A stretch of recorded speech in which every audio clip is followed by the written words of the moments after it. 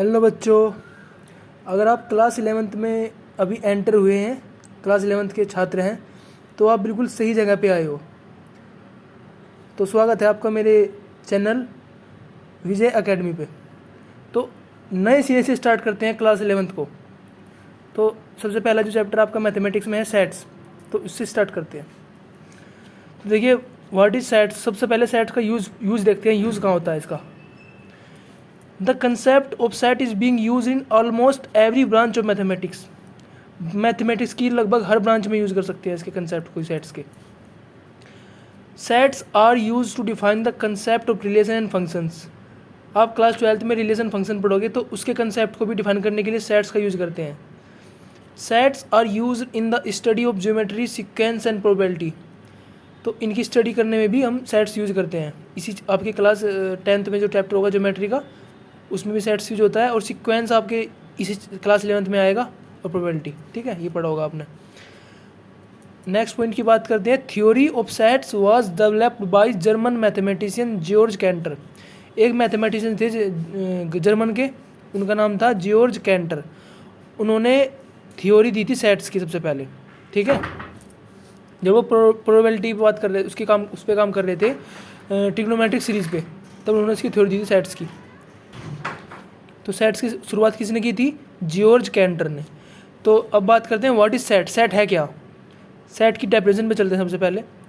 A set is a well defined collection of objects. Set क्या है? Well defined collection of objects. Objects का well defined collection. देखिए example लेते हैं। Example, a set of odd natural number less than 10। अब एक set की बात करते हैं जो ओड नेचुरल नंबर का सेट है, लेस देन 10। अब देखिए नेचुरल नंबर की बात कर रहे हैं तो 1 से स्टार्ट होगी, तो 1 2 3 4 5 6 8 9, 10 नहीं होगी, लेस देन बोला ना, तो 9।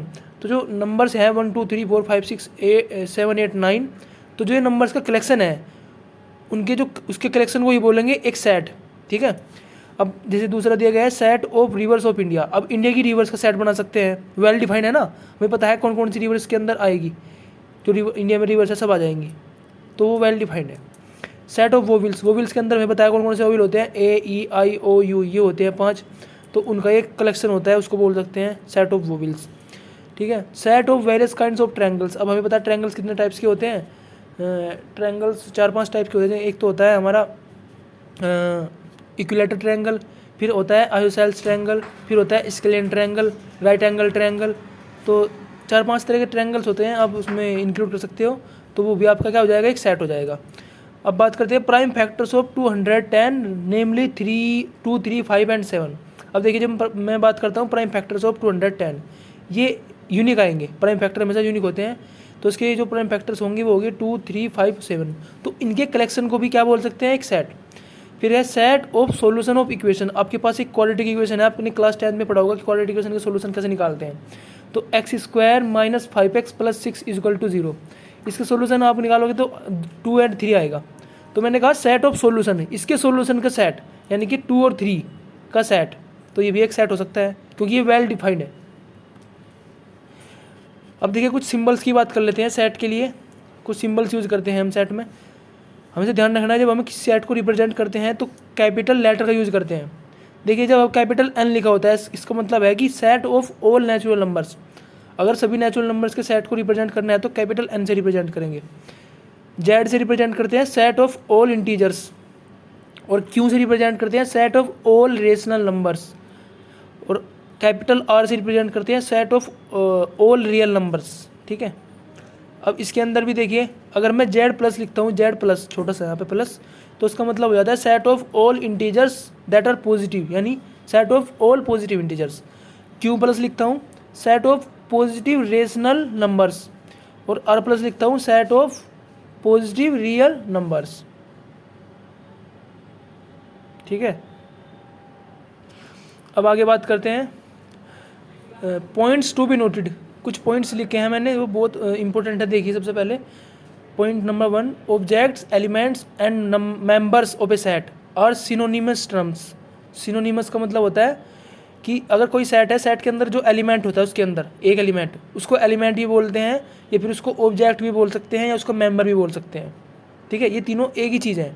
इसका मतलब है सिनोनिमस टर्म्स। इसका मतलब यही है कि ये सेम चीज़ है, इन तीनों का मीनिंग एक ही है। Come to the second point, sets are usually denoted by capital letters, capital A, capital B, X, Y, Z, etc। तो हम जब भी सेट्स को रिप्रेजेंट करेंगे, डिनोट करेंगे, तो हमेशा कैपिटल लेटर से ही डिनोट करेंगे, ठीक है। Elements, come to the third point, elements of a set are represented by small letters. जो सेट के एलिमेंट्स होंगे उनको रिप्रेजेंट करेंगे हमेशा स्मॉल लेटर से, जैसे small B, small A, small G, ठीक है। तो ये हमेशा एलिमेंट को रिप्रेजेंट करने के लिए यूज करेंगे। देखिए एक इंपॉर्टेंट पॉइंट लिखा है, ए बिलोंग्स टू ए। इसका मतलब क्या है, स्मॉल ए है मतलब elements, belongs to A, capital A का मतलब एक सेट है, यानी कि इस सेट से ये एलिमेंट बिलोंग करता है। इसका मतलब है कि उसके अंदर ये एग्जिस्ट करता है एलिमेंट, ठीक है। कोई सेट ए होगा, उसके अंदर एक एलिमेंट एग्जिस्ट करेगा, दैट इज ए। तो set A having an element A, तो उसको रिप्रेजेंट करने का एक तरीका होता है। तो मैं कैसे रिप्रेजेंट करूँगा कि स्मॉल ए जो एलिमेंट है वो कैपिटल ए से बिलोंग करता है, यानी कि उसका एक एलिमेंट है। तो कैसे रिप्रेजेंट करते हैं इस चीज़ को, तो it is denoted by Greek symbol epsilon. तो एक एप्सिलॉन का सिंबल होता है, इसको इससे रिप्रेजेंट करते हैं। तो देखिए small A epsilon capital A, इसको पढ़ेंगे ए बिलोंग्स टू ए, राइट। तो ये हो जाएगा आपका रिप्रेजेंटेशन कि स्मॉल ए बिलोंग करता है कैपिटल ए से। Two methods of representing a set. अब देखिए किसी सेट को रिप्रेजेंट करने के लिए हमारे पास दो मेथड होते हैं, हम दो तरीके से सेट को रिप्रेजेंट करते हैं। एक होती है हमारे पास रोस्टर फॉर्म या टेबुलर फॉर्म, ठीक है। रोस्टर फॉर्म और टेबुलर फॉर्म कुछ भी बोल सकते हैं, सेम चीज़ है। दूसरा होता है सेट बिल्डर फॉर्म, ठीक है। तो ये दो तरीके होते हैं, दो मेथड्स होते हैं रिप्रेजेंट करने के लिए सेट को।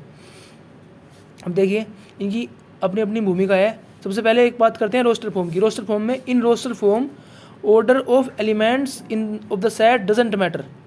अगर आपके पास कोई सेट लिखा है रोस्टर फॉर्म में और उसके जो एलिमेंट्स होते हैं वो किस ऑर्डर में है वो मैटर नहीं करेगा, डजेंट मैटर कि वो किस ऑर्डर में है, ठीक है। सबसे पहले मैं सेट बिल्डर फॉर्म की अगर मैं बात करूँ, इसकी रोस्टर फॉर्म की या टेबुलर फॉर्म की, इसको रिप्रेजेंट कैसे करते हैं। इसके अंदर हमें एलिमेंट लिखने होते हैं उसको, और उसको क्या करते हैं, कोमा से डिफर करते हैं, अलग करते हैं, कोमा लगाते हैं उनके बीच में। जैसे 3 एलिमेंट इसके अंदर है 2, 4, 6, तो लिखूंगा 2, 4, 6, और क्या लगाऊंगा, बाहर ब्रेसिस लगाऊंगा, ये इनको बोलते हैं ब्रेसिस। तो ब्रेसिस से इसको क्लोज करना होता है, तो इसको बोलते हैं रोस्टर फॉर्म या टेबुलर फॉर्म, ठीक है। तो इसमें जो एलिमेंट्स हैं उनका ऑर्डर डजेंट मैटर नहीं करेगा ऑर्डर। मैं 4 को आगे पीछे कर सकता हूँ या 6 को कहीं भी लिख सकता हूँ, सेट सेम रहेगा। Now come to the next point, in roster form element is never repeated. Element कभी रिपीट नहीं होना चाहिए। ऐसा नहीं कि 2 में 2 बार लिख दिया, 2, 4, 6 फिर 2 लिख दिया, तो वो रिपीट नहीं होना चाहिए। रोस्टर फॉर्म में कभी भी एलिमेंट रिपीट नहीं होता है, ठीक है। सेट ऑफ लेटर्स, जैसे मैं एग्जांपल ले रहे हैं, set of letters forming the word school. ये स्कूल वर्ड है, इसके जो लेटर्स है उनसे मैं एक सेट बनाऊंगा। देखिए तो इसके अंदर SCHOOL, इसमें ओ कितनी बार आया है, 2 बार आया है। लेकिन जब मैं इसको सेट बनाऊंगा इसके लेटर से, तो मैं लिखूंगा SCHOL, डबल ओ नहीं लिखूंगा, ठीक है। और इसको मैं ऐसे भी कर सकता हूँ, आगे पीछे लिख सकता हूँ HOLCH। तो ये दोनों सेट क्या है, सेम है, डजेंट मैटर, ऑर्डर मैटर नहीं करता है। Now come to the second type of representing a set, set builder form. अब सेट बिल्डर फॉर्म कैसे रिप्रेजेंट करते हैं, इसको आप पढ़ोगे आगे। All the elements of a set possess a single common property which is not possess by an element outside the set. इसका मतलब है कि अगर इसके सेट के सभी एलिमेंट को रिप्रेजेंट करने के लिए हम क्या करेंगे, एक सिंगल प्रॉपर्टी का यूज करेंगे। हम देखेंगे कि उन सभी एलिमेंट्स में क्या चीज़ कॉमन है और उसको लिखेंगे, ठीक है, ब्रैकेट के अंदर। जो property which is not possess by an element outside the set, जो प्रॉपर्टी पोजेज नहीं करेगी किसी दूसरे एलिमेंट के द्वारा आउटसाइड द सेट, यानी कि कोई एलिमेंट ऐसा नहीं होगा कि जो उस प्रॉपर्टी को होल्ड करता हो उस सेट से बाहर। ये रोस्टर फॉर्म लिखा है, रोस्टर फॉर्म जैसे AEIOU, ये सेट ऑफ वोवेल्स है रोस्टर फॉर्म में। लेकिन अगर मैं इसी सेट को सेट बिल्डर फॉर्म में लिखने की कोशिश करूँ तो कैसे लिखूंगा, देखिए ये लिखा है X, ठीक है, ये होता है कोलन। अब इसको पढ़ते हैं such that, X such that X is a vowel in English alphabet, ठीक है। तो X is a vowel in English alphabet का मतलब क्या हुआ, X एक वोवेल है इंग्लिश अल्फ़ाबेट में, इसका मतलब A है अब एक्स की वैल्यू यहाँ पे क्या होगी, ए ई आई ओ यू सब होगी, तो यही इंक्लूड होंगे इसके अंदर, इससे अलावा कोई एलिमेंट्स इसके अंदर इंक्लूड नहीं होगा। तो ये एक तरीका होता है सेट विलर्बन फॉर्म में लिखने का। ठीक है, तो ठीक है, आगे एक्सरसाइज आपकी जो 1.1 है वो अगली वीडियो में स्टार्ट करेंगे। इस वीडियो में इतना ही। If you have any doubt you can comment below in the comment box.